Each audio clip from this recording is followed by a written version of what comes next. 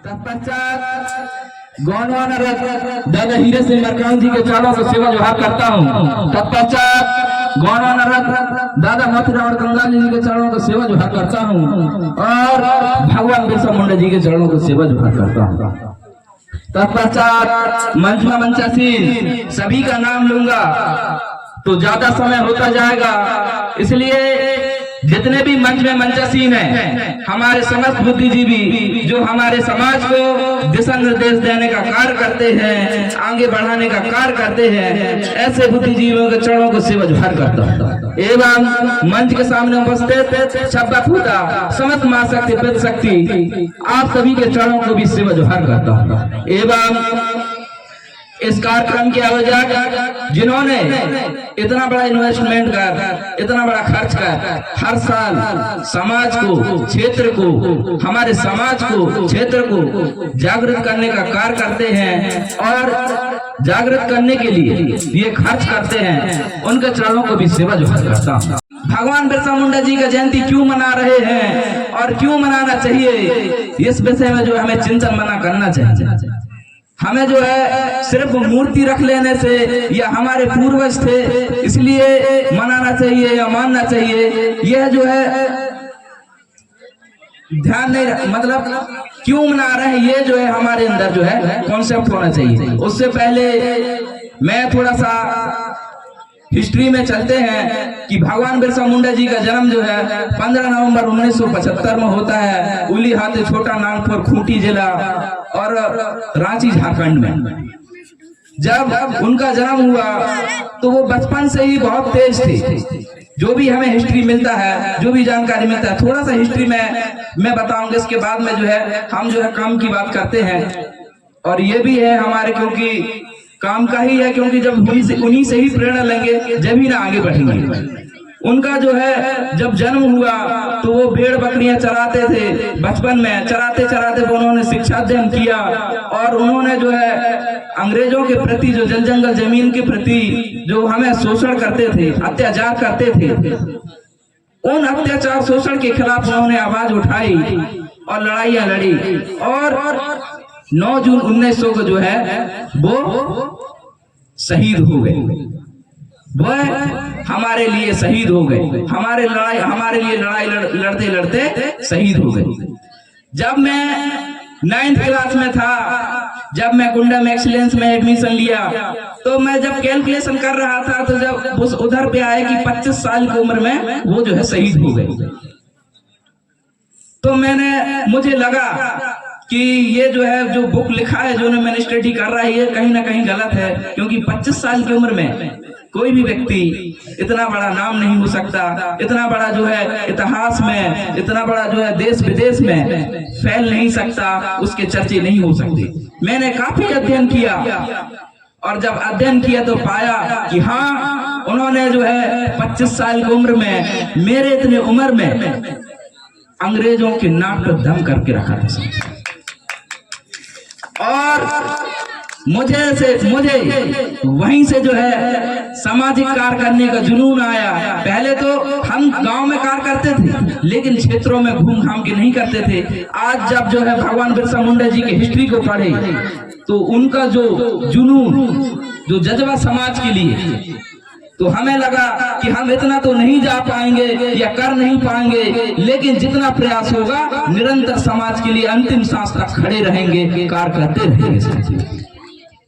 जब हम भगवान बिरसा मुंडा जी की बात करते हैं तो हमारे सामने जल जंगल जमीन आता है, तो मैं जमीन के विषय में मैं बात करना चाहूंगा, क्योंकि जब जमीन नहीं रहेगा तो हम आदिवासी कहते हैं, मूल निवासी कहते हैं, ट्राइबल कहते हैं, जो भी कहते हैं, कोई तो वो जो है कुछ नहीं रह जाएगा, है ना। तो हम जो है जमीन के विषय में थोड़ा सा हम बात करेंगे कि सरकार कहती है कि आदिवासी की जमीन सिर्फ आदिवासी ही ले सकते हैं, है ना।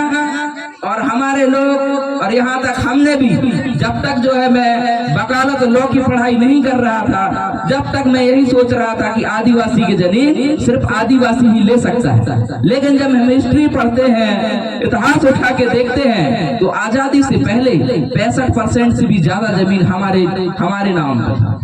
तो जब 65% से जब ज्यादा जमीन हमारे नाम पर था, हमारे लोगों के नाम पर था, तो आज जो है थोड़े से जमीन में क्यों सुकड़ के रह गए? कहाँ गया हमारा जमीन?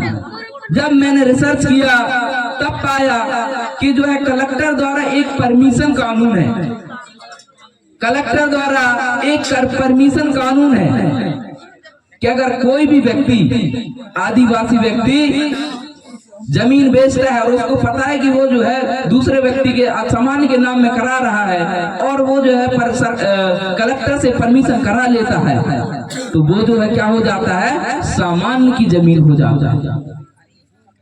ये बहुत बड़ी खतरा है साथियों। आज तक हमारे समाज के लोग, पूरे देश के लोग इस विषय में जो हमने अभी तक काम नहीं किया।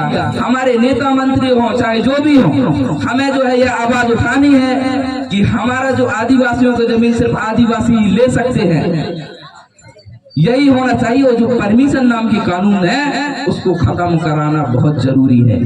अगर आप खत्म नहीं कराएंगे तो मेरी बात थोड़ा सा ध्यान से सुनिए। मैं चिल्ला के बोल रहा हूँ ना कुछ नहीं, मैं क्योंकि मैं प्यार से बात करना चाह रहा हूँ कि हमारे लोगों को भी समझ में आए और हमको भी। अगर हमने अपनी जमीनें नहीं बचाई, आज जो देख रहे हैं कि हमारे लोग कुछ भी नहीं कर रहे हैं, मतलब बाहर व्यापार कर रहे हैं ना कुछ नहीं कर रहे हैं, लेकिन घर में रहकर खेती बाड़ी कर रहे हैं, बेच रहे हैं, उससे जो आर्थिक चला रहे हैं। लेकिन हम जो हमारा जो है धीरे धीरे जब जमीन पूरा खत्म हो जाएगा तो आप देखोगे कि जितने भी हमारे मूल निवासी कोतुर समाज है, दूसरों के यहाँ काम करते हुए बस दिखेंगे, साथ मजदूरी करते हुए बस दिखेंगे। हमें जो है किसी भी हाल में, आप शिक्षित हो ना हो, लेकिन आप जो है ध्यान रखें कि किसी भी प्रकार से हमारे घर का जो पुश्तैनी जमीन है उसको कभी नहीं निकालना है, साथ उसको बचा के रखना है। नहीं तो वो दिन दूर नहीं जिस दिन हमें जो है हमारे लोग दूसरों के यहाँ ही काम मजदूरी करते हुए देखेंगे।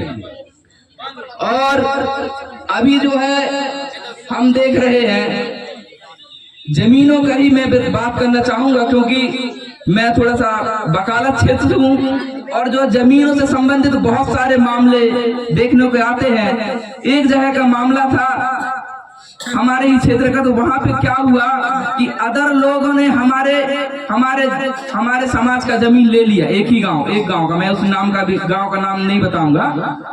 तो क्या करते हैं वहां पर जो है अदर लोगों ने क्या कर दिया, तारबाड़ी कर दिए। वहां से जो है अब जो उनका निस्तार था आने वाले गांव का आने जाने का, वो टोटल क्या कर दिए, बंद कर दिए। साथ अब बंद कर दिए तो क्या हुआ, गांव वाले जो है परेशान हो गए।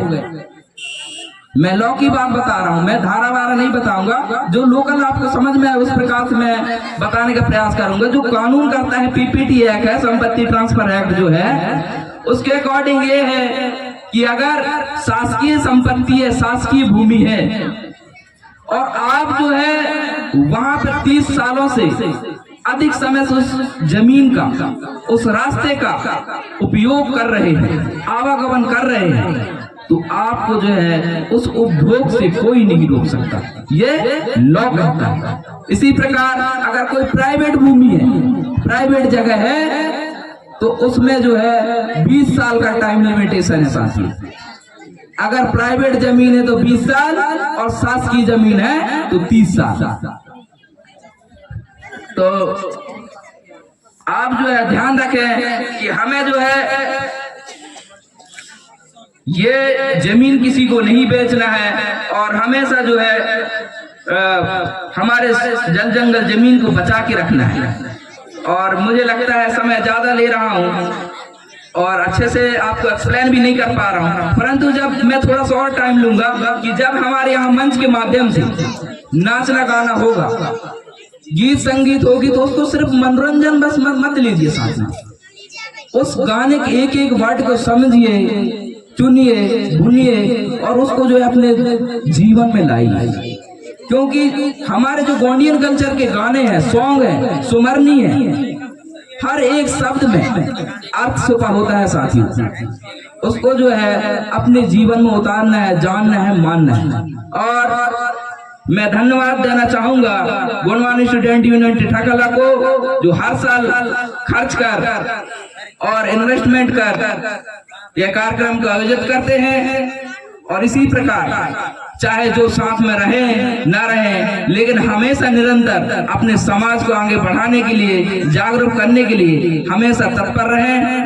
और जो भी छात्र, चाहे जबलपुर में हो, मंडला में हो, कहीं पर भी हो, अगर आपको किसी भी प्रकार से छात्रों को समस्या है, चाहे स्कॉलरशिप हो, आवास हो, रहने की समस्या हो, या कोई परेशान करते हो, तो वो संपर्क कर सकते हैं। और गोंडवानी स्टूडेंट यूनियन से अपने बच्चों को भी जोड़ें, ताकि सामाजिक में वो मिल सके, जाने समझे।